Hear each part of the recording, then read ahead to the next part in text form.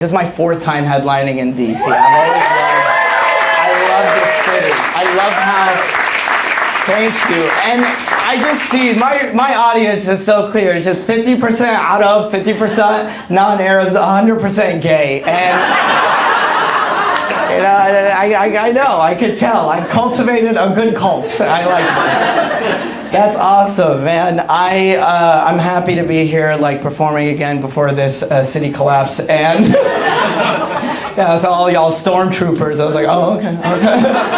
Dude, it's so funny. I'm an extrovert. I was like talking to them. I was like, what are you guys doing? They're like, we don't know. We don't know.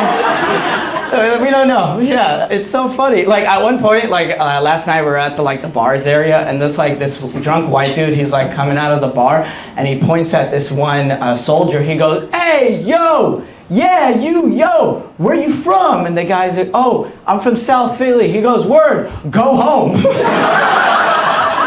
I was like, that was so mean and funny.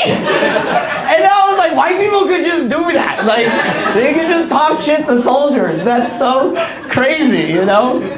Oh man, it's been wild. I was like walking around yesterday, like, cause you know, you gotta experience it. And we saw a bunch of people wearing Keep America Great hats. Yeah, and then all of a sudden I see the guy selling, he goes, MAGA hats, get your MAGA hats. I was like, don't you mean CAG hats?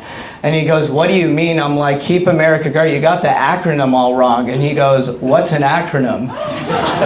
Oh, you guys can't be this stupid. And then he got mad, he was like, whatever, you smart ass liberal trans terrorist Democrat. I was like, I am not a Democrat. But I do like trans terrorists. That is something I will call my kids one day. What is trans terrorist? You know, I don't know. Sometimes I think about seeking violence. You know, I'm very peaceful, but I'm born in the wrong body, you know? You know, gender is a social construct, wallahi. Very silly, man. Okay, I don't want to say anything, but I'm gonna tell you guys a secret. We're probably gonna not clip it up, but yesterday I'm out in the White House, and then I'm with my friend Nasser. He's a Syrian, so we got Yemeni Syrians at the White House. What can go wrong? And we're walking around, we see this like old black dude like playing music, and we told him to play the Yemeni national anthem.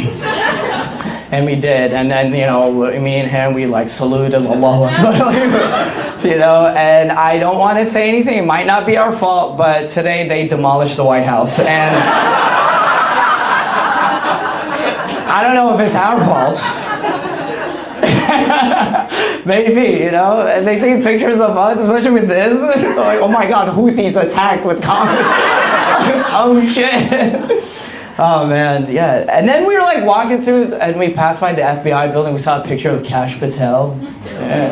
Hey, he looks weird, dude. That photo, you know, it's just weird. He looks like he's always doing his Kegels. You see those eyes? Those Mona Lisa haunted eyes, you know? You're like, something's up. His butt, for sure. FBI, we're losing respect for the FBI too. Can you believe that? Did y'all see after the Kirk shooting, FBI released the Tyler Robinson chat? Did you guys see that? Some people believe it's AI. I think so. You guys see? I see some nodding because no human talks like that. If you see the chat server, it was like I'm exiting the vehicle. I left the weapon there. I love you, my trans girlfriend. I'm thinking about being Muslim. You're like. Like them faking the chat is like George Lucas writing Star Wars. It's like sand, it's rough, it's irritating. Who talks like that, right? But FBI has always been finagling with the minorities, you know, like black people in the 60s with Martin Luther King. But does anyone know about the app scam scandal in '79? Okay, we got one smart, oh, okay, I know, that's cheating. I know she works for like, okay, never mind. Yeah, I don't want to blow your cover right now. Anyway, so the Afghan scandal, basically, the FBI, they got a bunch of undercover agents, and then they dressed up in like that white, you know, thobe that they have, like little keffiyeh, stuff like that, and they had bags of money, and they were going to government officials trying to bribe them for like, you know, for like monies for the Middle East, to trying to make themselves look bad in '79. In 2025, they can never get away with that. You know, just one camera recording of them, you're like, that dude's Mexican. You know, why is he dressed as the Iron Sheik, you know? Okay, that wasn't that good. It's okay. And when you like, thank you, but that very soccer mom energy of it. You can be honest. It's okay. You know, like after show, it's gonna be me and him in the corner. He's like, "That was good." I was like, "I think so." You're like, "Oh no, I'm like, you're good, bro." All right, I'll switch it up. So 9/11, let's begin. Yeah, a few minutes in. Yeah, 8 minutes in. Yeah, well, it's time. You know, after 9/11, FBI agents were pretending to be Muslim going into mosque, accusing teenage boys that they are going to be terrorists, throwing them in jail. I grew up in Texas. Big dude named Carl came into our mosque, became Muslim. Great day. But then later that week, started asking me and the other children all these questions like, what's your opinion of the American government and if you've heard of the dark web? Guys, we were so certain that he was an FBI agent trying to arrest us, but turns out he was just a pedophile.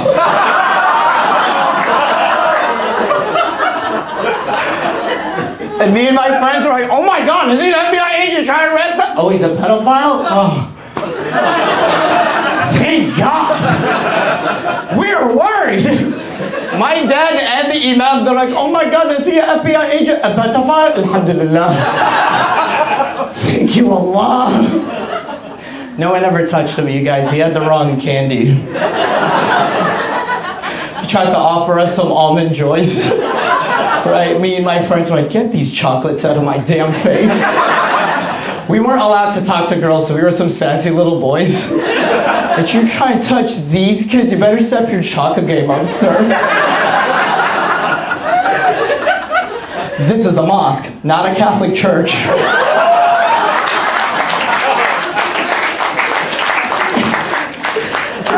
Almond Joys, we're Ferrero Rocher boys.